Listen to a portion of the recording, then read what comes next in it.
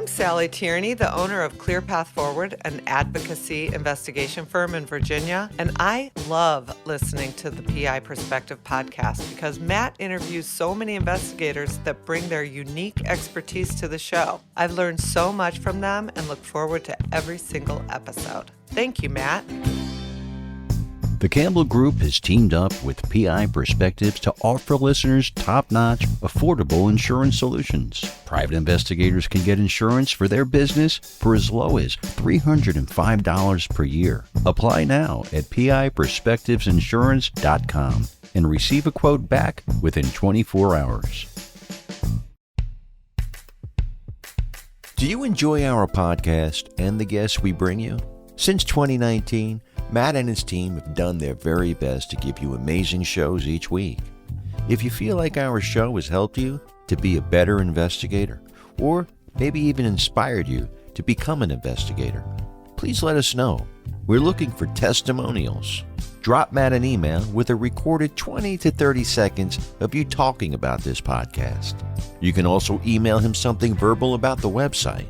His email is matthews@satellitepi.com. And if you really feel blessed for having this content, consider supporting Matt and our show by joining Investigators Toolbox. You really have to see version 2.0. And at just 49 cents a day, it's a no-brainer. Now let's jump into this week's episode. Welcome to PI Perspectives. This week, we wrap up our look at the OSMOSIS conference. There's still time left to get your seat and attend in person from October 15th through the 17th. Today we start our show with Ritu Gill. She's based out of Canada and will be teaching about lesser-known platforms to do OSINT research. Please welcome Ritu Gill and your host, Private Investigator Matt Spaier. And welcome to the next segment of PI Perspectives, the OSMOSIS edition. We are making our way through some of the speakers of the conference that's happening in New Orleans next month in October. And we are up to our next guest, somebody who's a first-time speaker at OSMOSIS, but not a first-time attendee. I want to welcome Ritu Gill to the program. Ritu, how are you? I'm doing well. Thank you. Thank you so much for having me today. Oh, you're absolutely welcome. It's a pleasure to have you. Apparently, we may have met in Orlando pre-pandemic at OSMOSIS. So for folks who don't know you, tell me a little bit about your background and how you got to where you are today. All right. Yeah. So I'm an intelligence analyst, open source intelligence analyst for all intensive purposes. I've been working for the government and law enforcement for 16 years. I started my own consulting business in 2016 because I was quite keen on, doing more OSINT, and I was really interested as soon as I got into it and I heard about this thing called OSINT. Of course, a lot of people do ask, like, where did I start? Really from the ground up. With me, I finished my bachelor's in criminology, and about a month later, I had a job with our local police in records. So I really did work my way up, gaining all sorts of experience to get me where I am today. Right. Okay. And you're based out of Canada, right? You're working for the Royal Canadian Mounted Police, right? Yeah, I'm based out of Vancouver, actually. And oh, wow. Okay. Right now, like currently, so I worked for the RCMP for 12 years. I actually work for a different agency now, which I've been there for almost 6 years. So I've been busy, lots of different experiences working different files, and really interesting just to see how we can use open source in investigations. And seeing that evolve over the years has been it's been fun, and it's been quite interesting to see as well. Right. So I think one of the things that people think about with open source is social media platforms. Everyone's always going to Facebook, Instagram, seeing what's available, what's public, and just kind of mining from there. But there are other sites, there are other ways. There are a lot of unknown or lesser known platforms that can be used for OSINT, and that's part of the objective of the class that you're teaching. So tell me a little bit about that. Yeah, so what I'll be presenting, I'm excited about that, but the topic is lesser known platforms for OSINT. And that was intentional because I noticed over the years as well, a lot of presentations cover things a lot of people are already aware of, which is still really good because we're all at different levels. Mhm. And even for me, like I still learn from presentations about Facebook. There'll be something I didn't know, right? However, I wanted to be different. So I thought, let's cover those lesser known platforms because I've also been, involved in files or I've seen examples through the last few years of those lesser known platforms that a lot of people just don't talk about. Right. So typically not Facebook, not Instagram, not Twitter. So what I really want people to, wrap their mind around is that there's much more out there than just Facebook and Instagram and Twitter and so on.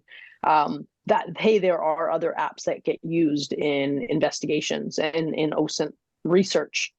That is of value, right? And what I'm going to do is give examples of how they've been used.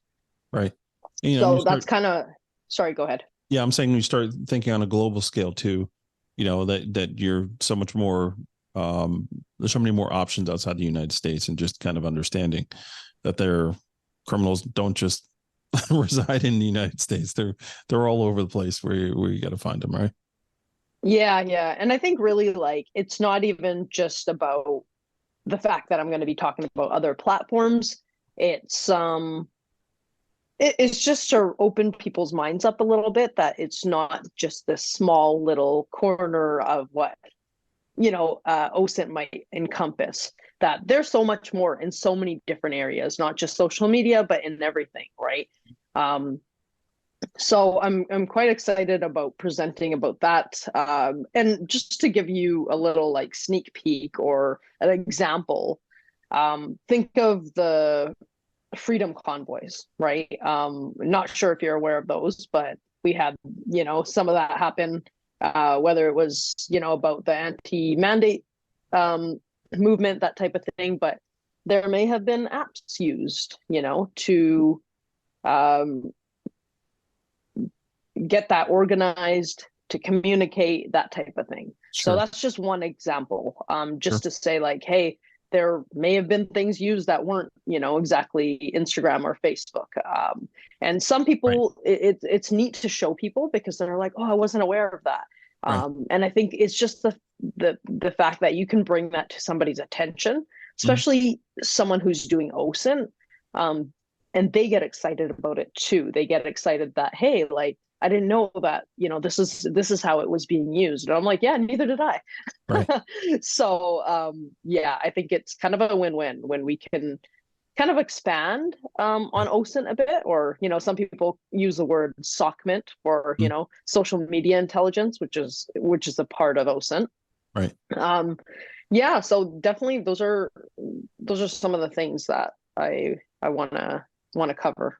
No, that's great. It's interesting stuff, and for those folks who don't remember or know about what you were talking about earlier, this is was a Canada-US issue with supplies coming across the border, vaccine mandates and the whole transportation industry. It was a big mess, but there were protests and things that were taking place and mobilizing and things of that nature. And obviously, safety first, right? We want to make sure that everybody is, that there's no danger to anybody with these things happening. So that was a big deal, a couple of years ago. So it was a big deal. So question for you. So these sites, these off-brand sources that are out there, like, how are you finding these sources? What are some of the techniques that you use to find, like, oh, I didn't know about that one, and now I do? Well, I'm quite involved in the OSINT community, so I end up reading a lot. I read other people's blogs, I read, what people are posting, and this is on a regular basis, right? Daily, I kind of throw myself in the deep end that way. I would say there's a few different ways. So not only you can read a lot and you will come across things, and then you'll get curious about those things, those sites, and you'll want to know more. Right. The other side is and that could be through news media as well, right? Because a lot of this, like, I'm like, hey, this is interesting. They just mentioned an app, and maybe they mentioned it discreetly in a news media article, but I'm like, what is that? Two, there are websites that will highlight lesser known platforms. So what I'll do in my presentation as well is like highlight maybe some of those websites that help you find other types of social media out there. Sure. Right? Because like you said, not everybody's based in North America. So maybe there's other platforms being used in different areas, right? Internationally and that type of thing. So definitely there's a few different ways. Sometimes it could be, I mean, just going back in my mind, you could be scouring something like Facebook, which is, a very commonly known platform, but you hear somebody mention or you see something posted that points to another platform.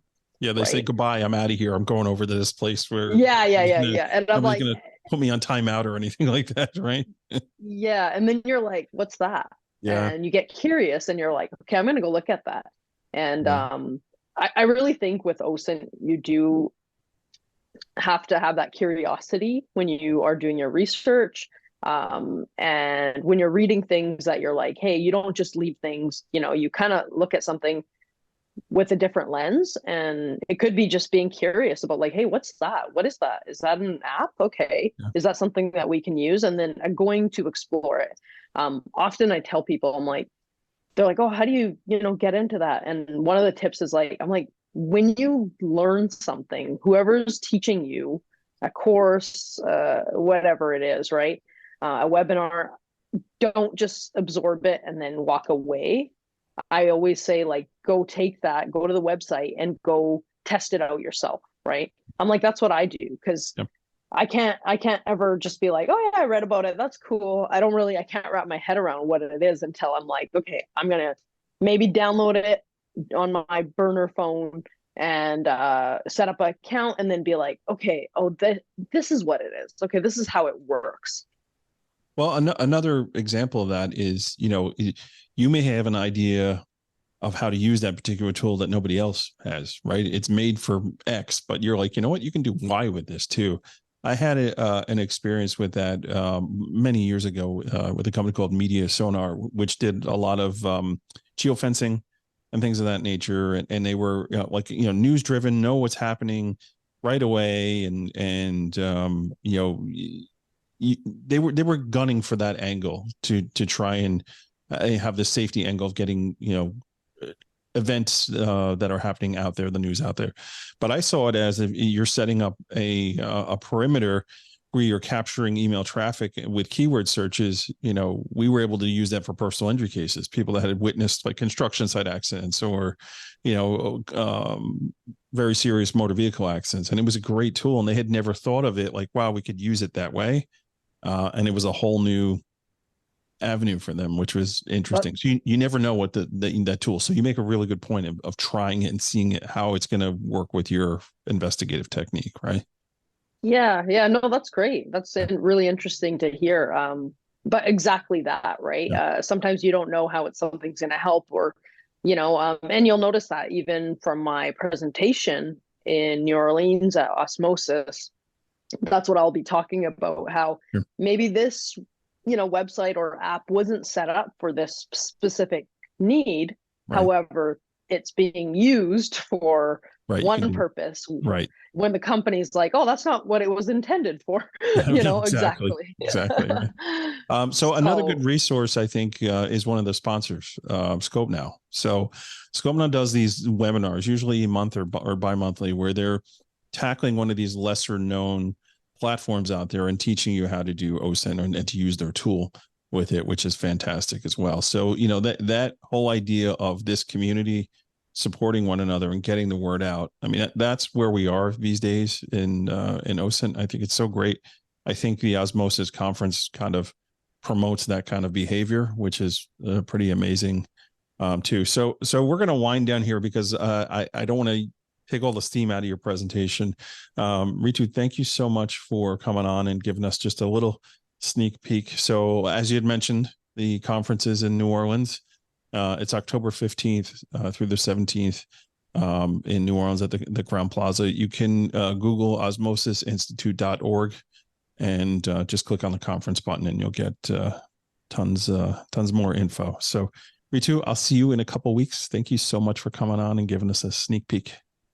Yeah, for sure. Thanks, Matthew. It was great meeting you, and I'm looking forward to meeting you. Specializing in the research of liability for personal injury claims, Pacific Liability Research offers insurance assessments of all applicable liability coverages to help determine what a case is potentially worth. Have a case with no insurance policy? Since 2019, the highly trained staff on their insurance discovery team has located over 100 million plus in previously unknown insurance coverage. They offer a full refund for any inaccurate results, and they do not charge for no-hit searches.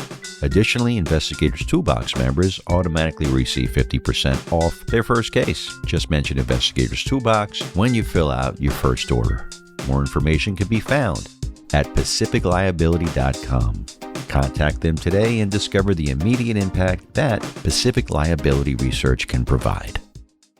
I want to talk to everybody today about ScopeNow.com. ScopeNow has been a big-time sponsor of this program for quite some time, and I just love their service. I've been using them since the beginning. I'm one of their beta customers, and it's been so awesome to see them grow into the business that they are today, and just how they just keep reinventing themselves and pushing themselves to get more and more information. What it comes down to is ScopeNow is a tool that you definitely need to use if you do social media investigations, any internet research, and really spending less time digging around and looking for information. I think is one of the best points of how ScopeNow can help you. Their AI platform, their analytics are amazing. You really get an idea of what you need.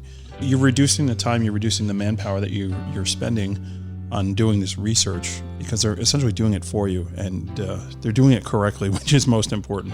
One of the new things that they're actually offering is this flagging system where you can flag behaviors and really highlight and look out for fraud. If you're doing a lot of fraud research, this is a fantastic tool, and you can set up alerts. So you have particular people that you're looking at, you can actually set up alerts to get notifications when the criteria that you set up is actually is flagged and goes off. It's really, really amazing. And their relationship and association analytics are top notch, really cutting edge and really, really cool. When they brought that out on version 3, it was a game changer. I mean, really being able to see how people interact together and having that relationship analysis is really, really something that's cool. One of the other things about being involved with ScopeNow is their ability to offer webinars. Their team is cutting edge on putting together and getting out really, really great content. If you're a member of ScopeNow, if you know who they are, you've seen them around on LinkedIn, you'll know that they're constantly doing webinars on these new websites that are coming out, and they're really staying on top of it. And don't forget, any reports that you generate, you can actually white label those reports and put your own logos on and really make them look professional, which could equate to more billing for you as well. So check them out today. It's www.scopenow.com. They're a great, great company. They should be one of the tools in your toolbox, along with whatever kind of search engines you do. You need to make sure that ScopeNow is a part of that suite. Scopenow.com. Let's jump into our next segment. Dallas Knight has a great teaching on investigative workflow. Dallas served our country and now leads the customer success team at Blue Light. She's had a great balance of military, law enforcement, and private industry experience. Please welcome Dallas Knight back to the program. And welcome everyone to this segment of PI Perspectives, the OSMOSIS 23 edition. Today we got a newbie, somebody who's a first timer to the OSMOSIS conference, but I'm really excited to hear her talk and just learn a little more about her. Dallas Knight, I want to welcome you to the program. How are you? I'm good. Thank you so much for having me. Yeah, thanks for jumping on and being a part of this and giving us a sneak peek of what you're going to talk about. We're just going to give a little snippet, just a little dive into what you're talking about, and give folks an idea of what they can expect. But before we do that, tell me a little bit about your background, how you got into the business. Well, I started my career at 17 in the Army, and after 6 years in a combat tour, I transitioned into the civilian space as an intel analyst at the Las Vegas Metropolitan Police Department, exclusively assigned to the Nevada HIDTA under the DEA. And so I worked narcotic investigations for about a decade. And then I was recruited out by IBM into corporate America and eventually found my place here with Blue Light. And I've been with corporate for about 9.5 years now. Oh, wow. Where's Blue Light based out of? It's headquartered in Fayetteville, North Carolina. And if you understood our top ranking staff, you would understand why. They're all a bunch of retired old Green Berets. So it makes sense that they're out of there. Awesome. Well, thank you for your service and doing your part in supporting the country. We can't thank our veterans enough, especially on this program. So thank you for doing that. And as I mentioned before, this is your first osmosis, so you're kind of a newbie. Are you nervous at all? No, I'm not nervous. So osmosis came to my attention through my volunteer work with school games and meeting Cynthia and getting involved from an OSINT side. I had always had access to a tremendous amount of sensitive data, and being involved with school games shed a whole nother light on being able to dig up intel and support investigations from a non-sensitive standpoint and only being able to leverage OSINT data. Yeah, it's an amazing thing what Jeff does with the team over there. We can't say again enough good things about school games and what they do. It's great. They sent me a bunch of T-shirts. One of them a little too small for me, so like now I got my 12-year-old rocking the skull game shirt. We have plenty. Make sure you ask for another. Yeah, no, it's all good, So it's a great logo. It's a great shirt. And a great thing they're doing. So let's talk a little bit about what you're going to be talking about. So the title of your track is Understanding and Addressing Key Challenges in the Investigative Workflow. So Tell me a little bit about that. So as I've kind of alluded through my career over the last 20 years, I feel like I have this unique perspective where I've worked on both sides of the fence. I was an intelligence analyst and even a military police officer, so understanding the law enforcement realm.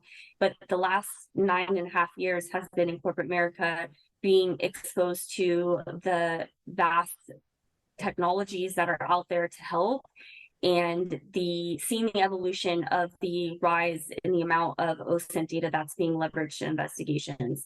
So being able to see kind of both sides of the house, I also recognize that there were key terms or questions that weren't being asked or known to be questions when you're looking at, from an organizational standpoint, what would help in the investigative process, what you should be leveraging, what's best for you. Sure. A lot of times vendors come in and they show all the bells and whistles and they blow you away, right? And the next thing you know, your organization is writing a big fat check and you're only using like 5% of that. Right. So I want to get wheels turning, and this will apply to everything from, baby analysts coming in to seasoned veteran analysts who've been working, 20 years, and just have them start asking themselves some internal questions as well as their organization so that they can better understand what products and what delivery methods and what methodologies might be best for them. Yeah, I think methodology is the key word there, right? Because those bells and whistles, that 5% of those neat things that we're able to do, they're always changing. Somebody's always coming out with something that's better, or even the same company. They've got new versions of software that's coming out. I do a lot of business with Scope now. They're one of the sponsors here, and just seeing how I think they're up to like their 4th version of things. And like I tapped out on what I know personally how to do on that stuff. My team does that stuff. I'm not really doing too much of that anymore. So it's like building the better tomato out there for everybody. It's very, very interesting. What are some of the challenges that you think people coming out of like military service going into corporate America? You had mentioned that transition. What are some of the challenges you think that they face when starting off and going into the private field? Well, in the military and even in law enforcement, I feel like that transition was fairly easy for me because it's very similar in nature, where chain of command is respected.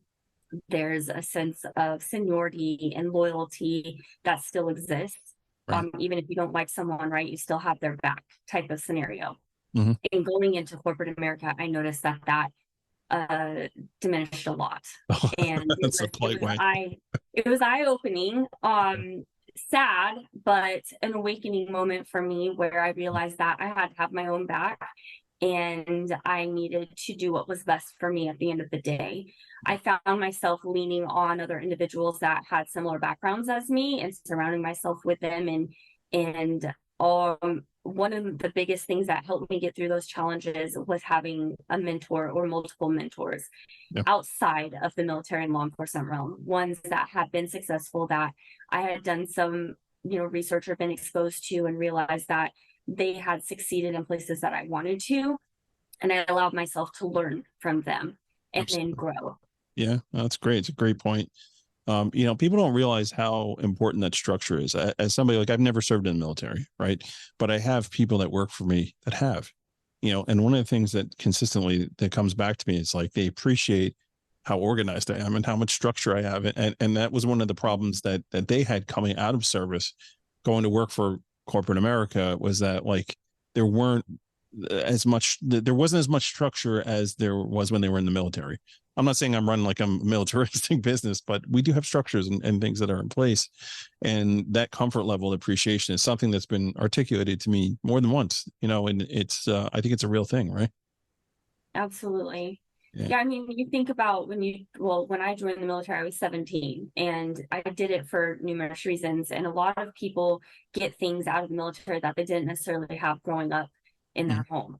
Sure. Organization, planning, loyalty, respect, like things that are taught at a foundational level in the Army for me that I 100% needed, didn't really even understand that I needed as badly as I did at 17, 18 years old. And then being deployed at 19 and realizing that the people to my left or right, whether I had issues with them or not, they have my back. So having an understanding of what that true loyalty means is both refreshing, but also can be a Debbie Downer at times, because you realize the whole world hasn't been exposed to that. Yeah. But yeah, organization and structure is definitely established in that realm, and it gives you a sense of security because you are understanding what is to come. And if that doesn't come, you have a plan B, C, D, E in place to be flexible and to maneuver. When everything's just kind of thrown up in the air and there isn't any type of structure, you feel uneasy. And so that's a lot of what I felt when I made the move into corporate America. But I had to kind of implement those types of boundaries for myself. Sure. And it's getting back to the methodology, right? Getting back 100%. to that part of the equation. You touched on something earlier that I thought was really important. Finding a mentor. Like, it is really, really a big deal. Like, in any line of business that you do, whether you're doing OSINT or you're a business owner or anything like that, you cannot give enough importance to that ability to find somebody that maybe just a little bit ahead of you or really further ahead of you.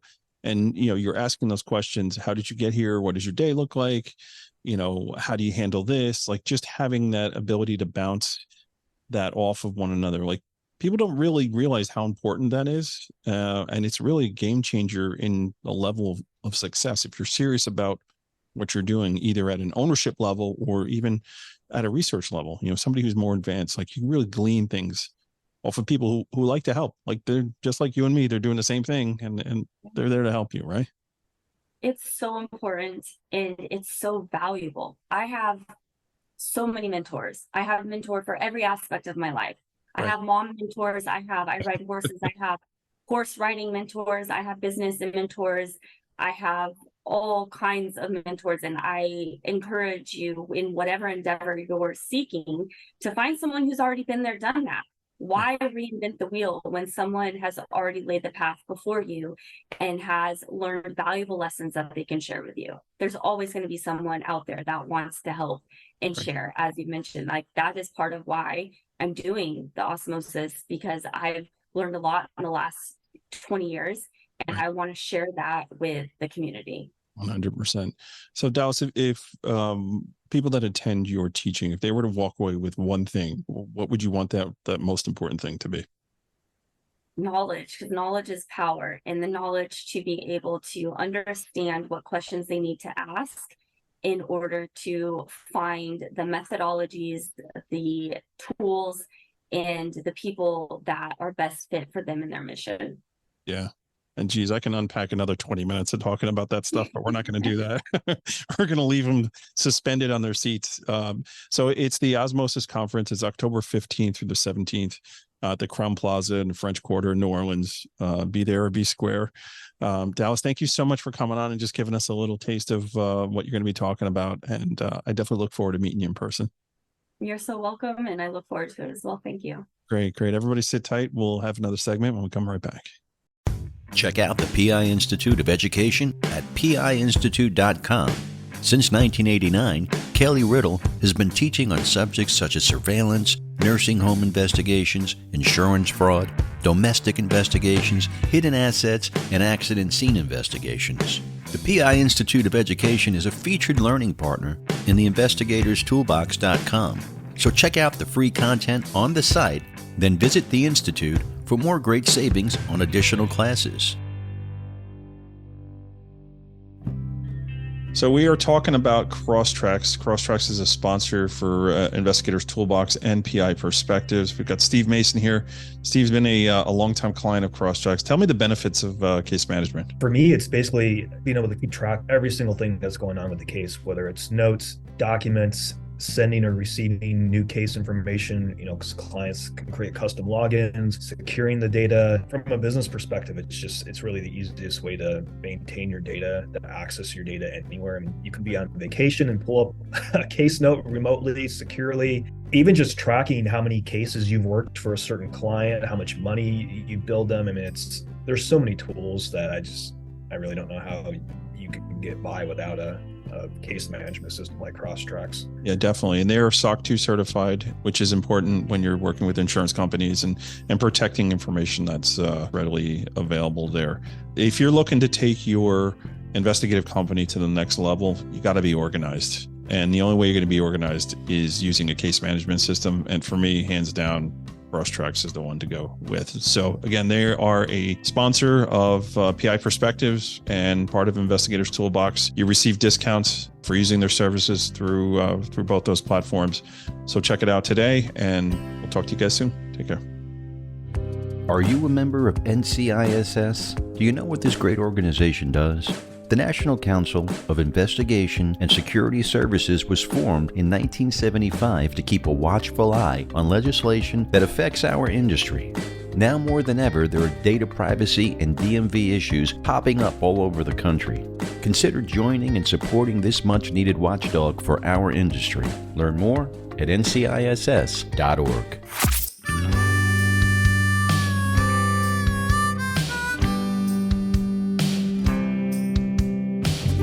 We're back with the last segment of the week. Amber Schroader returns, and this year, she's teaching another track at Osmosis. This year, she's teaching about the expectations of data. Amber's been a guest several times and always has amazing content.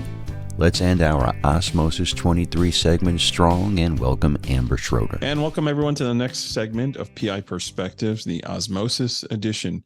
We are reaching back into our bag of tricks and having an old-time guest, someone who was like, I got to say, maybe of the first 5, you were a part of it. And we actually recorded. I felt like it was in the OG.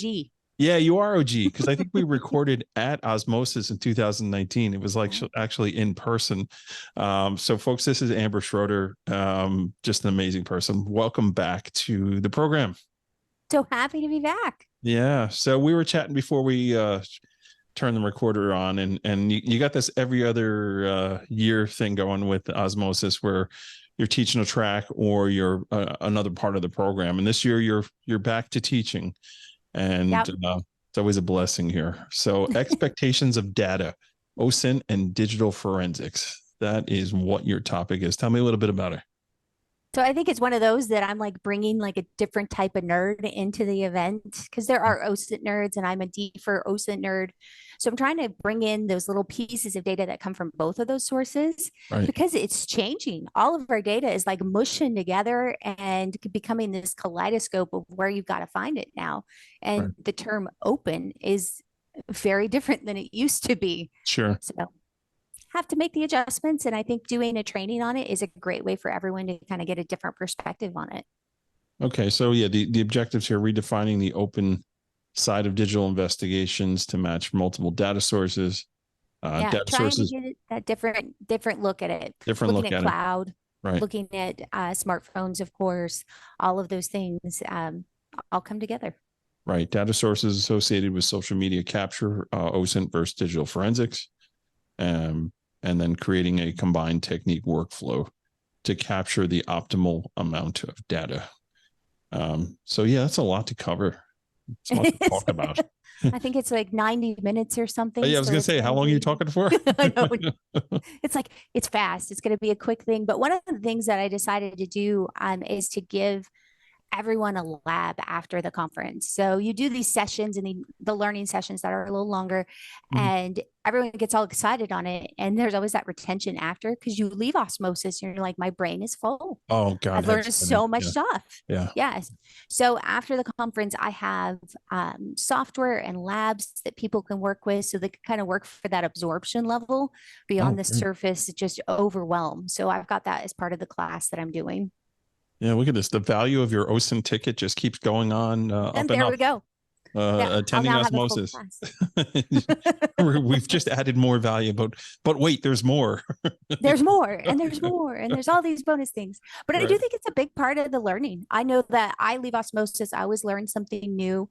And I'm like, okay, I need to go and apply that technique to what I'm doing. Right. And I think that's what made me design this class this way is because it's like, oh, now you're helping me apply that technique because you go back to work and you're like, I'm overwhelmed with what I have to catch up with. And then all this stuff I learned.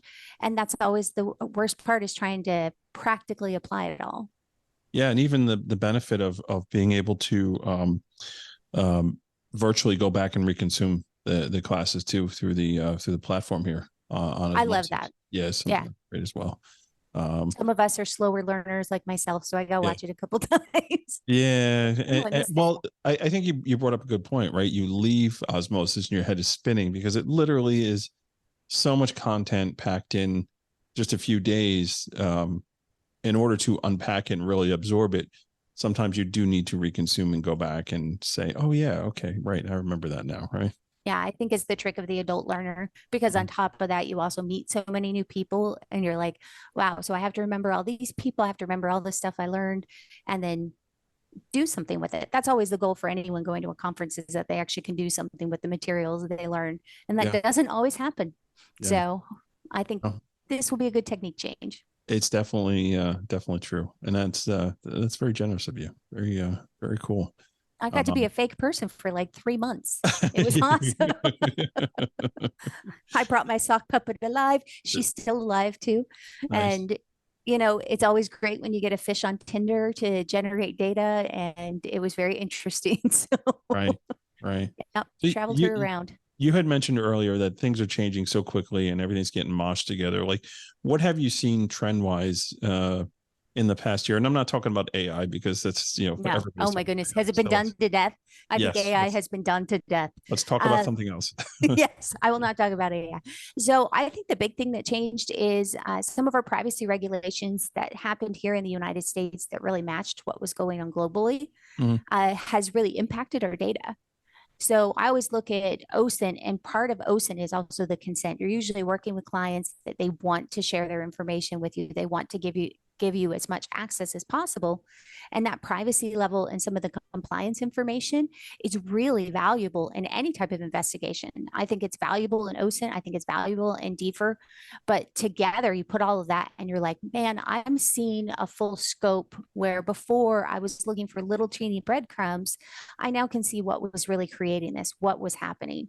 And I think people just don't realize it. I definitely, for my fake person as well as me, I pull my compliance data associated with all of our social media, all of our other accounts, even some of our, I have like silly IoT accounts like my Ring, that I can pull that information and I know exactly where I sit for my personal security and for an investigation too. Do you still have the teddy bear? Oh, I do. He's not in here right now. I do have, so I have a couple other IoT things in here, but yes, I do. I do. Awesome. It's a new office, so I'm trying to get the digs together. There you go. There you go. It is sometimes exhausting trying to keep up with all the changes. It's very hard. yeah. I have a fresh car dashboard over here that you can't see in my camera that I'm working on some of the infotainment data, because a lot of that is then once you join it, now you're part of that vehicle forever. So that's a good note for renting cars. Yeah, and last year we were talking about the gamer communities, right? I think that's what your focus was, if I remember correctly. Yep. No, my middle child he is on his way to becoming a tier 1 gaming player in Valorant. And he has been very insightful to give kind of a different generational perspective. That's what another thing I always like to do. That has changed the way you look at OSINT, is how generations look at their data. Sure. And he's a very strong Gen Zer. So a little bit of a hipster. Yeah, he was representing a little bit of a hipster, cares about his data privacy, cares about what the man is thinking about it, or they are thinking about it, all those different things. And it's been interesting to learn about his community and where he's generating data that no one ever thinks of. We're old. That's what happened. We got old. Yeah, I'm not going there. But mama needs a new pair of shoes or a new something. So God bless him. Keep doing what you're doing, tier 1 and above. Shoot for the stars, kid. Nope. It's like, take your break from college. This is your dream. Follow your dream. I'm going to support it. Oh, good for you. It's parenting 101. Bless you. Watched a lot of streaming on YouTube with them, and I'm like, who would have thought that this was a real thing? Yeah, there you go. It's like we learn something new every day. Indeed. So what are you hoping that folks pull away from your chat? Obviously there's a lot of topics here, a lot of content. If there was one thing they could pull away with, what would you want that to be? To look at a larger scope of data, to not just look at what I'm going to pull through my traditional OSINT techniques, but go that extra step to maybe pull kind of in that gray area in between OSINT and digital forensics. And really, digital forensics is just capturing data from individual accessible devices, but also looking at cloud. I think that is an impactful data source that everyone is using. We just don't talk about it because it's just now there. It's just part of our lives. Yeah, definitely. Okay. So we don't want to take away too much from the presentation. So be there or be square. October 15th through the 17th in New Orleans, which is an amazing city, at the Crown Plaza. You can go to osmosisinstitute.org. Just click on the conference button. And if you want to know more about Amber, Paraben is her company. Amber's been a big supporter of this industry, and just making sure folks have the tools that they need to do things. So go check out her company as well. Amber, thank you so much for the quick check-in. And I'll have to bring beads to class or something. So I can go with the NOLA theme. There you go. Right. You could just start throwing them at people. If they throw them out for answering a question or something. I can do that. That makes it themed. Absolutely. I think you should bring your son along and just let him just start firing beads off at people and fall asleep. Be like, wake up. You've got this. Exactly. Be careful. The hipster streamer's coming for you. Yep. Exactly. He's going to hit that tier 1 and then it's going to be a problem. So, hey, I'm thrilled if he makes it. I support it. No, that's awesome. Yeah, that's awesome. So, all right. We're devolving here very quickly. So thank you. And absolutely. I can't wait. I'll see you all in New Orleans. Yeah. See you in a couple of weeks. Thank you so much. Take care. Thanks to all our guests these past few weeks who have taken the time to tell us about their trainings at the OSMOSIS conference. There's still time to join Matt and everyone live in New Orleans. Make sure you visit osmosisinstitute.org. Toolbox members can also save $100 when they sign up for OSMOSIS. Details are in the discounts and benefits sections on the site, We also want to thank Campbell Insurance Group for sponsoring the show. Remember to tell them you listen to save $50 when you apply for insurance.